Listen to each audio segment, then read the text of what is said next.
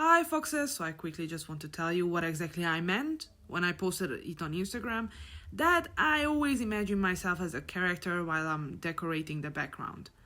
I know this sounds like a lot, but let me tell you exactly how I do my backgrounds and what do I think meanwhile I'm doing them. So we're going to talk about this drawing right now. And since I absolutely love and adore doing backgrounds, I always imagine me as the main character of the drawing.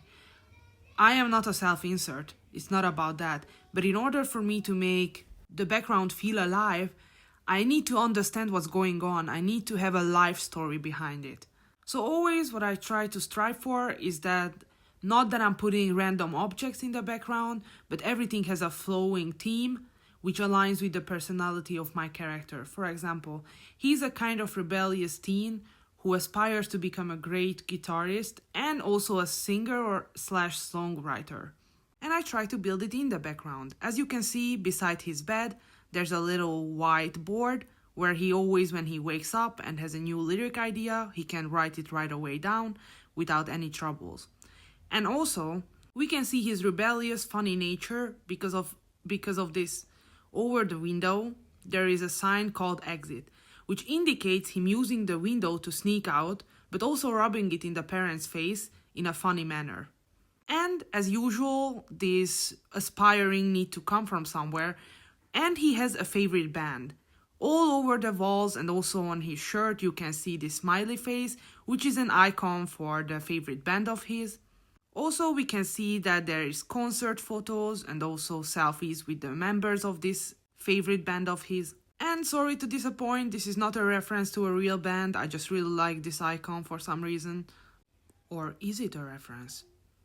Yeah, who knows, but let's see something else. Okay, so first of all, there is also the first vinyl he bought and also the things he made in kindergarten, but hold on to it for long because it looks cool. And also, of course, we can see the photo of the stage where he went to the first concert of his. The singer of the band was standing on a school statue, so he thought it's the best photo that he can put on his wall. And by the way, of course, he likes to collect things. You can see that limited edition little basketball wall thing that he always plays with. You can see it on the wall and then the ball on the table. And I also try to keep up with the details, for example, the light switch right beside the bed, because it has a function, so I always try to put functional and logical things in the background. So basically, in summary, you can make the background feel real by giving it as much personal detail as possible, because I always like to see backgrounds that are lived in and also would feel comfortable for me personally. I know that people doesn't look at my art nearly long enough to notice these things, but if one person looks long enough, they will notice what I did, and that's enough for me, because I understand why I did what, and that makes it really lifelike. And by the way, yes, my concept for this art was basically a young teenager who holds like a concert for his toys, and I think the background was just something that I really want to work on. And of course, from the toys itself, you can also realize that he had probably a sibling or something, because from all these toys, probably not everything is his. So yeah, all these details make up such a good concept that at the end, people will look at your art and think you really put so much effort in it.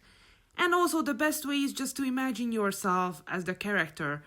And the whole time I'm yapping to myself, I'm thinking, meanwhile I was drawing the vinyl, I was like, yeah, that was the first thing I bought on that concert, the limited edition vinyl, because I was there. Oh yeah, but then I also need to have photos of the concert. And meanwhile I'm there, and since I love this band so much, I might as well just get a rock from them. What would I do if I would be the character? This is basically my logic for how I draw things.